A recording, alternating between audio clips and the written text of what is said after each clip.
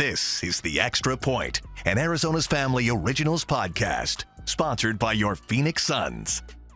All right, well, welcome to this on-location edition of the Extra Point podcast. Mark McClune and Nick King here from Mullet Arena, and this is a wild scene here, Nick. The final Arizona Coyotes home game that we know of for the foreseeable future. Yeah, a lot of emotion, a lot of it's sadness, heartbreak. It's been interesting to me as we're getting ready for the puck to drop to see a lot of signs from fans about we will miss you, we will always love you. I don't know if that's going to be the sentiment from everyone, but I think certainly right now people feel like they are going to miss them and they are going to love them at least for a little while longer, probably when they're really good playing in Salt Lake City.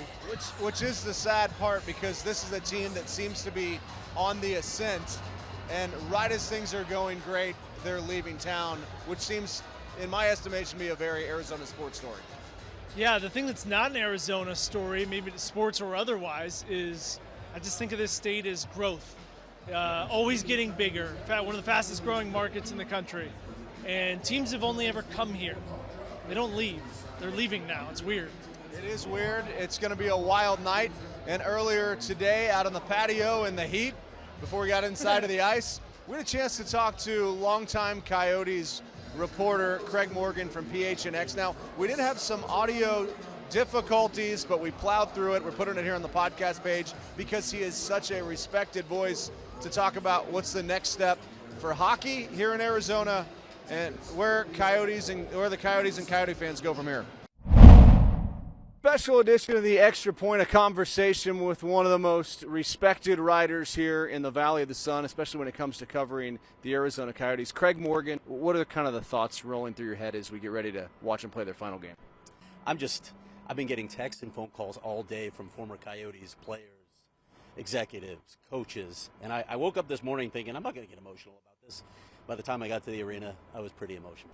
Craig, generally, the texts and calls you're getting from former players and executives, what are their emotions? Oh, it's all over the map. It's disbelief, it's anger, it's well wishes to the people around the team, well wishes to the staff. There are a lot of people that are going to lose their jobs now. There's so many people impacted by this, but it's just all these people were part of this family, and in spite of all the struggles of this team on the ice, one season where they actually did anything in the playoffs, a lot of people care about being Coyotes. They identify with this organization, and it means something to them. There are a lot of people that put their blood, sweat, and tears into this franchise. So to see it move away, it's just a gut punch to so many people. Where do we put the blame? Is this squarely on ownership here?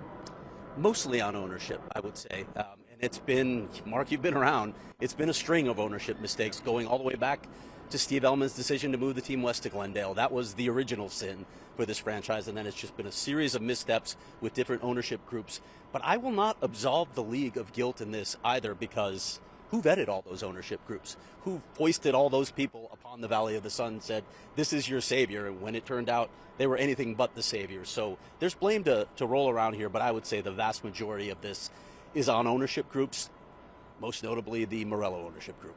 If a lot of it is on the Morello ownership, this idea that there's the 5-year window to bring an expansion team back to Arizona, does it make sense? Why would the NHL trust them to bring it back? I think that gives you a hint as to the legal predicament the league was in, right? In order to extricate themselves from this situation here at Mullet Arena, which has become an embarrassment around the league, they had to make concessions to Alex Morello. This was the only way they were going to get out. He gets to keep the Roadrunners, and he's trying to move them here. He gets that 5-year window, first right of refusal for an expansion franchise. I think if you did a poll around the Valley right now, I don't know if Alex Morello would reach 10% of the public that would want him as the next owner, but that's the situation we're in. We'll see if he can actually close the deal, acquire the land, and build the arena, and actually keep that right to have an expansion franchise. Here's what I think will be the biggest holdup in this. Is the city of Phoenix really going to want 2 arenas competing with each other? What do you think? What do you think the answer? That's a good question, because Kate Gallego isn't saying much on the process. So a lot to happen. Your belief that at some point in the future there is NHL hockey in Arizona is at what level?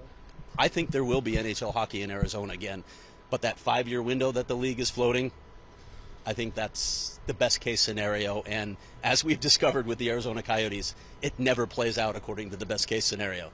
It's such a bummer. Is it insane to think that that idea of the Roadrunners playing here, like that people are going to want to support? People love hockey. There are a lot of people here that love hockey, but that they're going to want to support the players that are then going to go play in Salt Lake City for a team that might be, again, really good in a couple of years. Yeah, it's hard to gauge right now because I think the emotions are so raw that people are just saying there's no way we're going to support anything the Morellos do. We'll see. If the Roadrunners get here and they're an intriguing team, maybe some people will come out. The question is, will they even be playing here? Because there are so many hurdles to cross before they can even play in this arena contractually with Tucson and with ASU. All right, we'll leave us with this because we're making you stand here at 95 degrees. You guys are the ones wearing well, we appreciate your time, and we appreciate all you've done for Arizona sports and all the reporting you've done. So for you, where do you go from here, and what's the nickname of the Salt Lake City team in your opinion? We were having to name the Salt Lake City team the other day, and I came up with Flamingos because it makes as much sense as Jazz in Utah, Yes. so they should go with Flamingos. Yeah. As far as where I'm going, nice job here, McClune, trying to break news on this show, but all I'll say is to be announced. All right. Well, thanks for all you've done here and just always offering your perspective to us here in Arizona's family. You do a great job, PHNX. One more thing, where can we hear you tonight as you wrap this thing up? Where can you hear me? On Yes. GoPHNX.com on the PHNX Coyotes podcast. I'll be sitting alongside Leah Merrill and Steve Peters.